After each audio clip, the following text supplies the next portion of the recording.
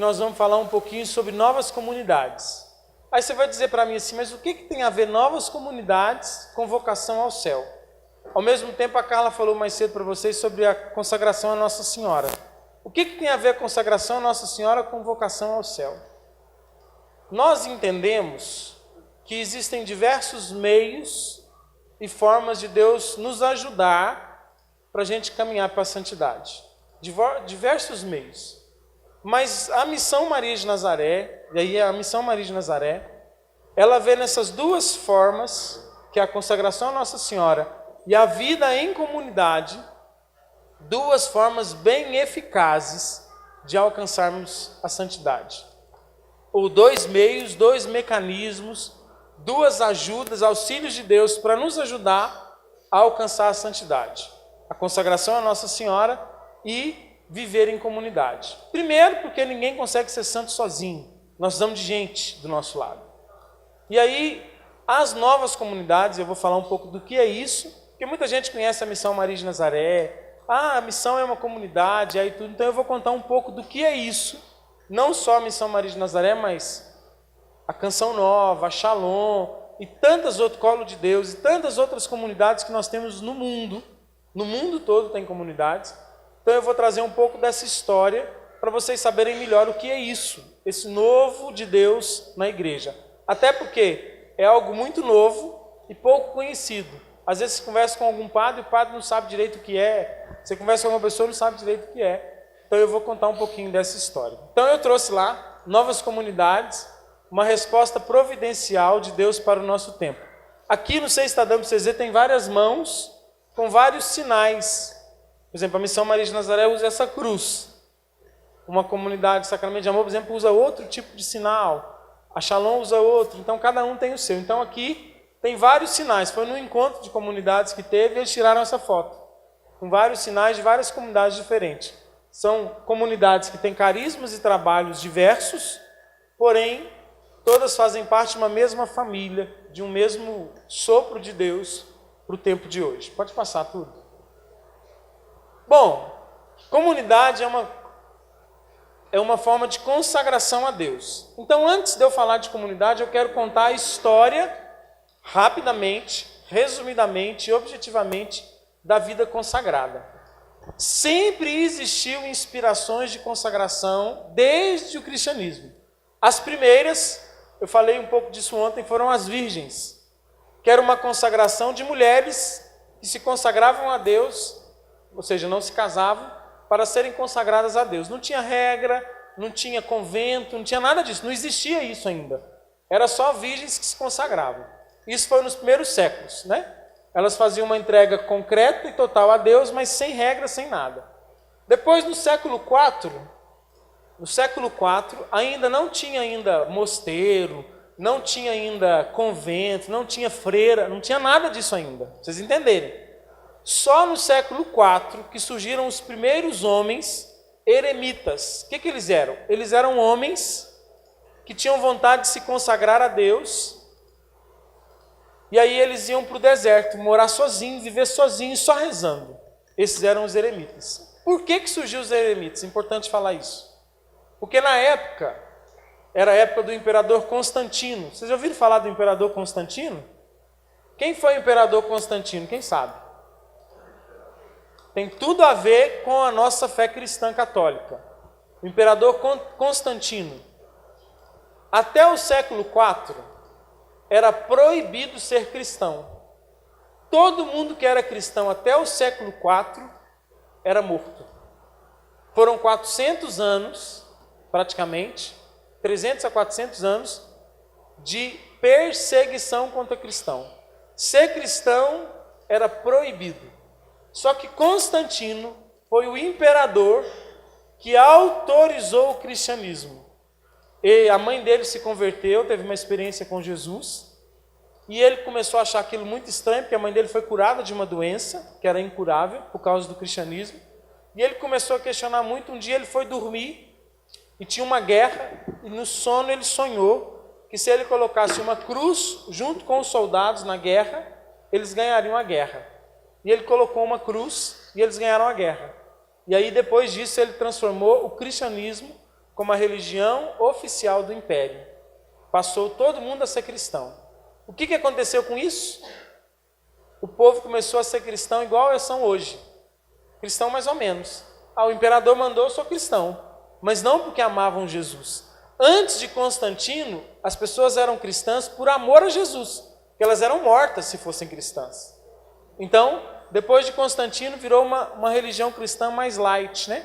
Todo mundo era cristão, igual a maioria hoje que a gente vê dos católicos, né? Vão à missa, mas não são. E aí esses homens começaram a ver se não, a gente precisa de uma religião mais firme, mais forte. Então eles começaram a ir para o deserto. Pode passar. Foi no século IV. Depois, no século V e VI, estava cheio de homem no deserto, tudo morando sozinho. Eles começaram a ver que eles não dariam conta de ser santos sozinhos. Aí eles começaram a se juntar e morar em casas juntos. Começaram os primeiros mosteiros. O que é um mosteiro? Mosteiro é um lugar onde a pessoa se consagra a Deus e vive ali dentro, em clausura, rezando, sem conversar e contato com nada do mundo lá fora. Aqui em Divinópolis mesmo nós temos um mosteiro lá no bairro Niterói, das monjas carmelitas, né? O Carmelo. Elas moram lá e não podem sair de lá nem para visitar a família no Natal, nem para visitar a família quando morre alguém, elas não saem. Eu fiz um retiro lá quando? Em setembro? Agosto? Fiz um retiro lá e conversando com uma irmã, né, porque elas têm uma grade assim, que elas ficam de lá, a gente fica de cá, a gente conversa. Ela falou assim, não, tem só 36 anos que eu moro aqui. Eu falei, eu tenho 36 anos de idade, só moro aí desde... Ela falou, tem só 36 anos. Tem uma irmã aqui que tem 54. 36 anos sem contato com o mundo externo. Só sai de lá se precisar ir no médico. Chama Carmelo. Lá tem missa todos os dias às 7 da manhã e aos domingos, que hora? 6 horas da tarde. Mas se você quiser ir lá conhecer e visitar, principalmente as meninas, a irmã fica doida quando falam as meninas lá, que elas ficam olhando assim, quem sabe você vem morar com a gente, né? Então elas ficam assim. Mas brincadeira à parte, lá hoje não cabe mais freiras, porque o máximo de um Carmelo são 20, lá tem 22, porque tem algumas idosas, então assim, né, mais do lado de cá do que mais do lado de lá do que do lado de cá, então elas ainda passou de 20, mas a regra do Carmelo é que um Carmelo só pode ter até 20 monjas, né, e não faltam vocações. Lá está cheio, tem meninas novas, né, tem uma psicóloga que atende a alguns membros da nossa comunidade, a irmã dela é carmelita, né? A irmã dela é carmelita e mora lá e é muito feliz. Você vê a alegria delas de morarem lá. Esses mosteiros surgiram no século V e no século VI, e começaram os primeiros mosteiros no mundo, com regras de vida e pessoas morando nesse mosteiro. Foi a terceira forma, vocês estão acompanhando? De consagração. As virgens, depois os eremitas, depois os mosteiros, né? No século XIII, né, na Idade Média, surgiram as ordens dos mendicantes e dos reformadores. No século XIII. O que é uma ordem de mendicante? Nesse momento, a igreja vivia uma crise muito grande relacionada ao dinheiro. Foi a época da Idade Média, onde eram vendidos indulgências, onde tinham vários problemas financeiros dentro da igreja. E é interessante, porque cada momento da história, Deus inspira uma consagração para contrapor um problema que se vive no mundo e na igreja. Todas as virgens surgiram por quê? Porque precisavam se dedicar mais a Deus e só a Deus. Foi a primeira forma de celibato. Os eremitas vieram por quê? Porque o Constantino colocou a religião do império, o povo começou a ser católico só de nome. Aí surgiu os eremitas. Eles estavam lá perdidos, vivendo isoladamente, surge os mosteiros para juntar eles. E aí agora, Idade Média, a igreja muito preocupada com dinheiro, surge santos como São Francisco de Assis, São Domingos, que se consagram a Deus para pedir esmola. São os mendicantes, para viver com os pobres na rua, para mostrar para a igreja e para a sociedade que Jesus Cristo não queria que a gente ficasse em cima do dinheiro. E surgem também os reformadores, como Santo Inácio de Loyola, como santos que foram reformadores, Santa Teresa d'Ávila, que estudaram a doutrina e começaram a fazer com que a igreja voltasse à sua origem, em termos de formação. Nessa mesma época surge o protestantismo, né, de Lutero. A primeira igreja protestante, todo mundo fala aí, a primeira igreja protestante surgiu no século XIII. O protestantismo nasce ali. Então você vê, foram muitos séculos sendo só a única igreja cristã a igreja católica. E esses reformadores são aqueles que, ao invés de largar a igreja, continuaram nela para transformá-la. Graças a Deus, que não foram igual Lutero, que ao invés de querer transformar a igreja, quis criar outra igreja. Quando a gente vê um problema na nossa paróquia, no nosso grupo, a gente não tem que largar, a gente tem que tentar transformar ele. Isso que os reformadores e os mendicantes fizeram com a igreja, nessa consagração deles. Então aqui surge Teresa d'Ávila, surge Santo Inácio de Loyola, São Francisco de Assis, São Domingos. Esses santos nascem nesse momento da história, como consagrados. Pode passar. Já mais perto do nosso tempo, com a Revolução Industrial, olha que interessante, vocês estudam isso na escola, Revolução Industrial, já estudaram isso? O que aconteceu com a sociedade na Revolução Industrial? O que aconteceu? Vocês não estudam história não, gente? Como é que vocês vão fazer Enem? O povo sai da roça, sai do campo e vai para... O que acontece com as cidades? Enche. O que acontece enchendo as cidades? Começa a ter desemprego, pessoas morando na rua, fome, menor abandonado, doentes, um tanto de doente lá junto que não tem o que fazer. Não é isso? Até a Revolução Industrial, gente, a desigualdade social existia, mas as pessoas viviam nos seus campos e tinham mais facilidade de criar a sua família. As cidades superlotam, não tem moradia para todo mundo, não tem comida para todo mundo, e começam a surgir vários problemas. O que surge nesse momento? As congregações, que começam a abrir os primeiros orfanatos, para cuidar dos menores que estavam na rua, os primeiros hospitais para cuidar dos doentes que ficavam na rua. Isso tudo nasceu na igreja. As primeiras escolas para ensinar os meninos a estudarem. Tudo surge, na verdade as escolas surgem antes, séculos antes, na Idade Média que surgem as escolas. A igreja que começou escola, faculdade, hospital, orfanato, nada disso existia antes da igreja começar, com congregações ou com ordens religiosas. Então, surge uma grande necessidade, né? E aí vem, por exemplo, Dom Bosco, Felipe Neri, a ordem hospitaleira e tantas outras congregações criarem estruturas para cuidar do povo. Isso meados de 1800, né, que surge essa nova consagração. Essa foi a penúltima forma de consagração inspirada atualmente. Né? Começou nas virgens, foram tendo várias, a penúltima foi essa. E agora, pode passar, no nosso tempo, né, no final do século passado, 1970, 1980, surgem as novas comunidades, como a Missão Maria de Nazaré, tantas outras. Né? Viemos no final do século passado. Deus inspira a consagração de uma forma nova, de um jeito inédito em toda a história da igreja.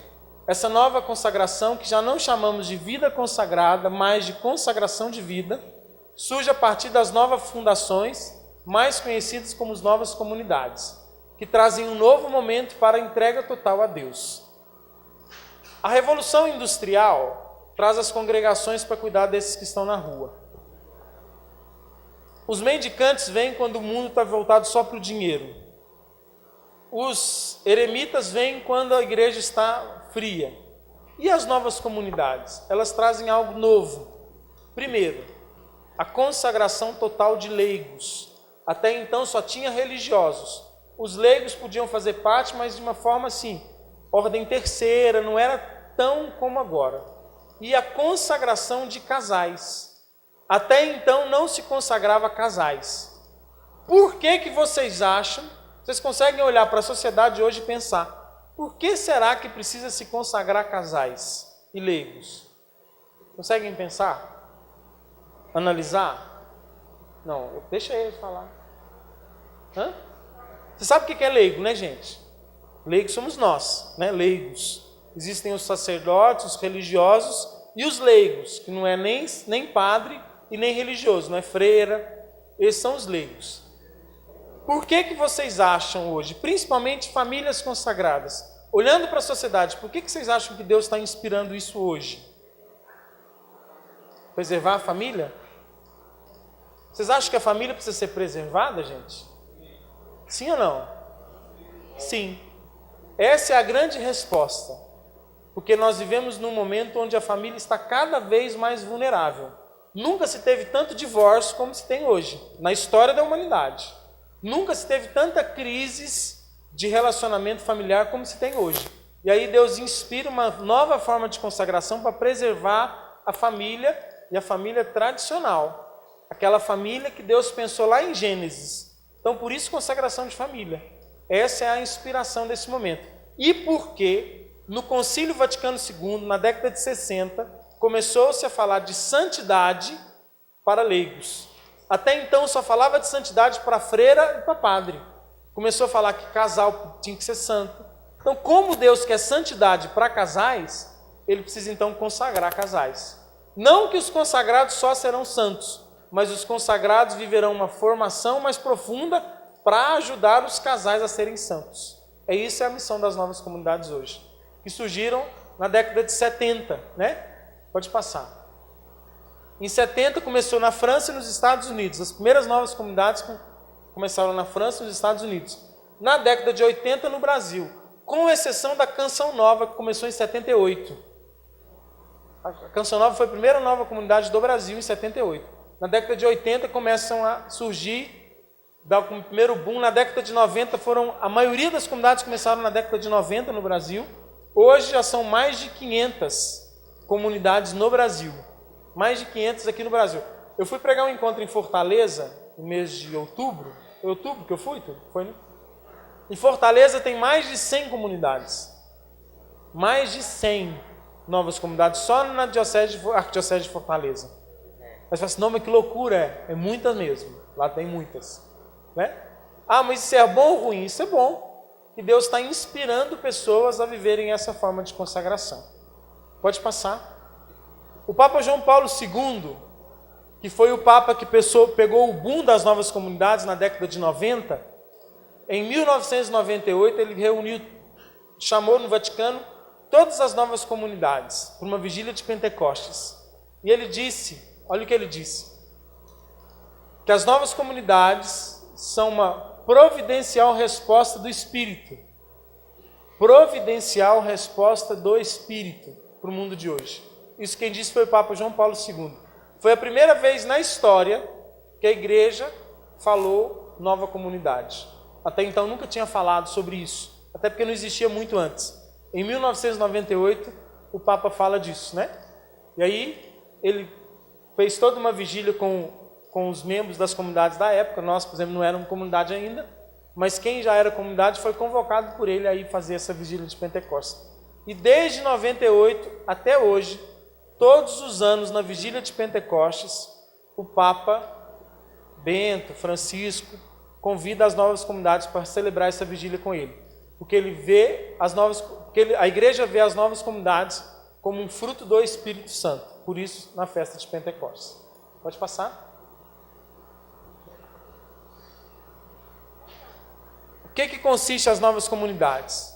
A primeira coisa são o fato de se tratar de grupos compostos por homens e mulheres, clérigos, que são padres ou religiosos, e leigos, casados, celibatários, solteiros, que vivem tudo num estilo particular de vida, né?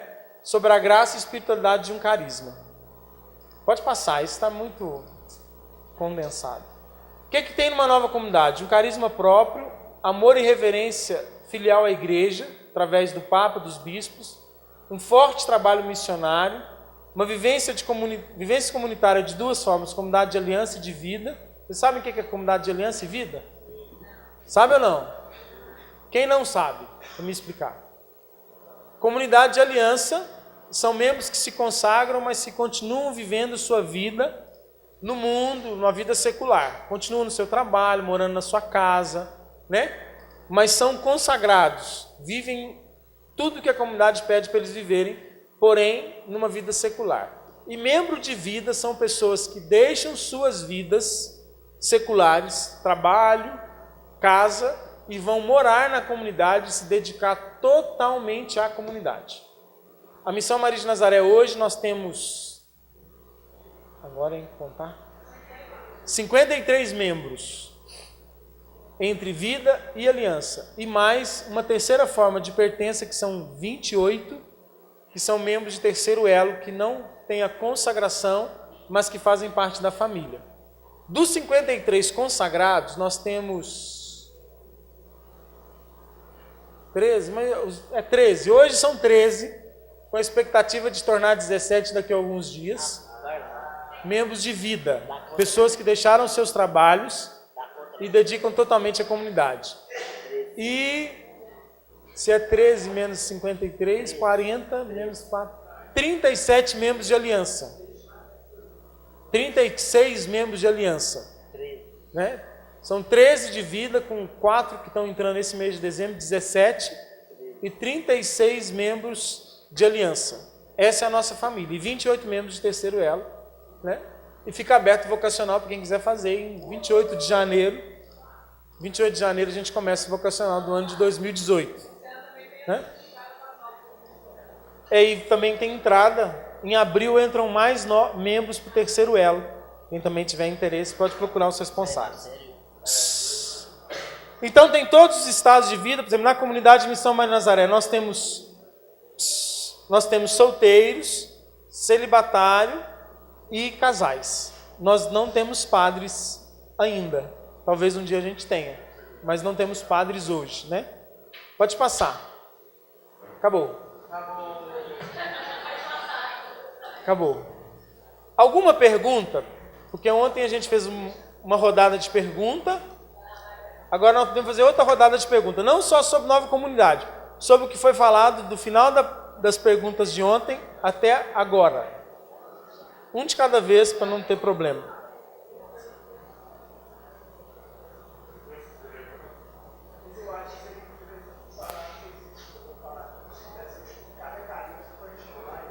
Ah, tá. O Caio falou uma coisa interessante. Carisma particular. Cada comunidade, cada congregação, cada ordem religiosa, por exemplo, os franciscanos, a Missão Maria de Nazaré, o Carmelo, cada um tem uma coisa chamada carisma. O que é isso? Vou explicar para vocês. Carisma é um dom de Deus especial para uma determinada missão. Por exemplo, a Missão Maria de Nazaré tem o carisma de ser mãe, gerar e formar vida nova. Esse é o nosso carisma. O que é isso? Tudo que a gente faz em cima desse carisma. Nós fazemos para expressar um amor materno, gerar e formar nas pessoas uma vida nova. Por exemplo, esse encontro Amor Fecundo, ele é do nosso carisma, na parte de formar pessoas. Por isso que é um retiro de formação. O É Possível Ser Feliz, que é um outro que vocês têm muito contato, é do nosso carisma. Nele a gente busca gerar vida nova nas pessoas. As pessoas vão para aquele retiro para viver um nascer de novo. Esse é o nosso carisma. Tudo com um jeitinho de ser mãe. Esse é o nosso jeito. As nossas casas de acolhimento é um lugar onde a gente vai acolher como mãe. Lá nós vamos gerar e formar aqueles acolhidos. Esse é o nosso carisma. Os franciscanos, eles nasceram num carisma mendicante de cuidado com os mais necessitados, com os pobres. Esse é o carisma deles, né? A Shalom, que é uma comunidade grande, a maior comunidade do Brasil hoje, ela nasceu com carisma de gerar paz, de anunciar a paz, né? Por isso chama Shalom. Então, cada um tem um carisma particular. O que me faz saber se eu tenho que estar naquela comunidade ou naquela outra, é se eu me identifico com aquele carisma. Isso, ou melhor, se eu tenho aquele carisma. Porque o carisma não é a comunidade, são os membros que têm o carisma. Então, se eu tenho aquele carisma, eu vou para aquela comunidade.